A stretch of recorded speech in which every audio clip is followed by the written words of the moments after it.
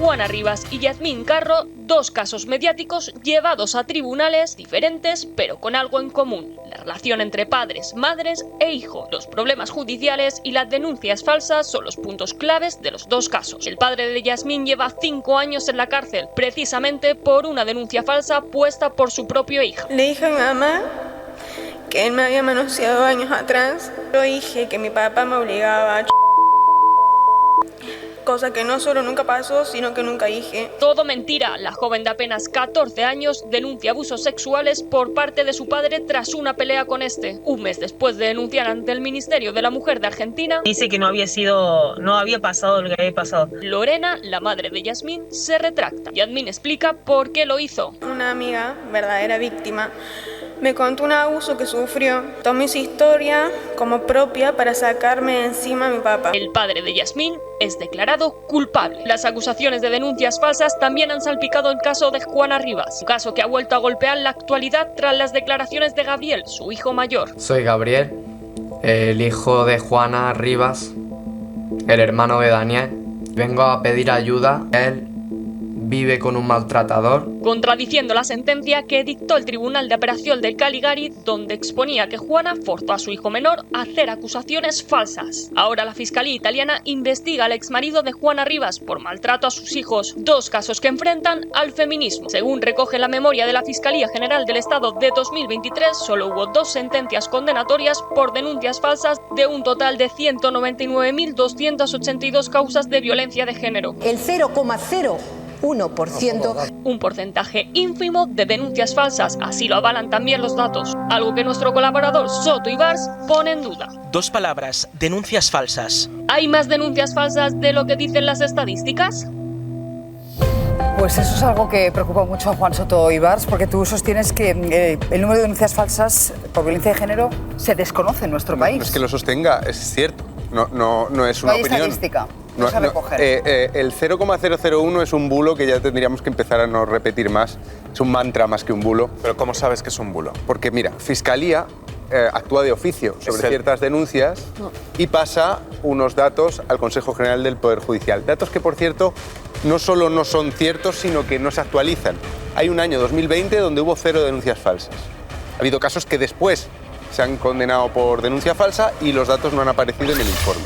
Eso para empezar. Pero es que el 70% de las denuncias por violencia de género quedan en absolución. Hay gente que dice, entonces el 70% son falsas. No. En ese 70% hay un número indeterminado, porque no se investiga, y no se investiga por una razón política, de denuncias que son o falsas o instrumentales. Y hay que también hacer esa distinción. Una denuncia falsa es una mentira manifiesta. Es dificilísimo probar esto. El delito de denuncia falsa es muy difícil de probar. Pero existe también la denuncia instrumental, que puede ser falsa o no, pero se ejerce por un motivo... Procedimiento de divorcio. Procedimiento de divorcio. Por ejemplo, te voy a poner un ejemplo que es tal cual. Que te responda Paula. Un proceso de divorcio. 2 personas se odian, están juntas, ¿no? Hay una discusión con gritos. Él le dice, eres una P y te voy a tal. Y ella le dice a él, eres un tal y te voy a tal. Si ella denuncia, se abre un proceso por violencia de género. Y eso en el divorcio tiene un peso descomunal para la negociación. Eso se llama denuncia instrumental. ¿Es falso? ¿Ha habido la amenaza? No, no es falso. Puede haber habido la amenaza en el contexto de una pelea. Bien, todo eso está generando en España unos procesos de indefensión en los tribunales, en los juzgados de violencia familiar y de violencia contra la mujer, que no se quiere estudiar. A ver qué dice la abogada al respecto. Paula, ¿tú coincides? Coincido, en parte sí, en parte no, porque es cierto que hay una instrumentalización totalmente por estos casos de cierto feminismo, sobre todo el feminismo institucional, que ya sabemos que causa que coge, causa que destroza, ¿no? Pero también es paradigmático, o más bien sintomático, de lo que pasa socialmente con el tema de las denuncias falsas, cómo se instrumentaliza por varios sectores y no hablamos desde lo jurídico, sino desde lo político, y es insoportable la politización que hay y el germen que se genera entre el feminismo institucional y sectores antifeministas, ¿no? Entonces, si hablamos de denunciar falsas, es cierto que son las menos, yo no tengo el dato real, porque ahí es lo que puedo estar de acuerdo contigo, que efectivamente no es fácil, Pero lo primero, hay que recordar que una absolución, un archivo, no implica para nada denuncia falsa, sino que no ha habido indicios suficientes para condenar, efectivamente, y bueno, que en caso de denuncia falsa, como parte, tú puedes yo creo que interesar... ahí es una inmensa hipocresía, porque a mí se me quemó en la pira pública por un tema que tenía que ver con unas declaraciones mías sobre denuncias falsas, y lo hizo el PSOE, mientras mantenía como presidente del Partido Socialista de Euskadi a un tío que no es que estuviera... que estaba condenado. No, pero el tema es diferente, Toni, el tema es diferente. Lo que hay es una utilización política, pero como tú dices, y mucha hipocresía. Hay ejemplos en los últimos días. Hay una sentencia en Murcia de una condena a una mujer por haber denunciado falsamente unos abusos sexuales. Y luego está el tema de la señora de Tecnocasa, que se la ha condenado por amenaza. Es decir, no sé si se ha deducido testimonio de la acusación falsa, pero también puede ser condenada por acusación falsa. Pero en concreto, y añadir un caso más, ¿qué os parece lo de Juana Rivas? Porque en su momento también se dijo que se estaba haciendo una utilización política de la lucha. ¿Qué se hizo? La utilización política fue escandalosa. Todos somos Juana Rivas, pero ¿será los usted? hechos le están dando la razón. No, los hechos no le están dando la razón. Los hechos sí le están dando... Hombre, están diciendo que Fernando Arcuri es un maltratador de libro que no solo maltrató a Juana, sino también a sus propios hijos. Vamos a analizar bien esto porque es muy importante.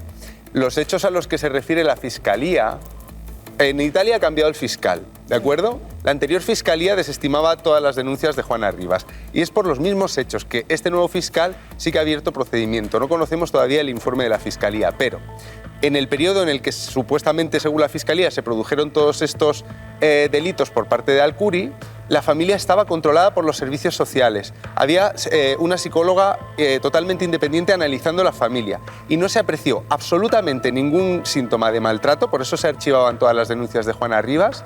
Y ahora, porque prospera. Pero ahora tienes el testimonio del hijo mayor diciendo que y tenemos su padre también, les arrastraba por el suelo, y eso puede ser verdad, el niño pequeño está en peligro, que tiene pánico. Eso puede ser verdad, pero tenemos que tener en cuenta que esta familia, estando los dos niños con Francisco Arcuri en Cerdeña, estaban sometidos a una vigilancia exhaustiva, porque había muchos indicios o muchas sospechas de que ahí podía haber un caso de violencia, porque la madre no paraba de denunciarlo, ¿no?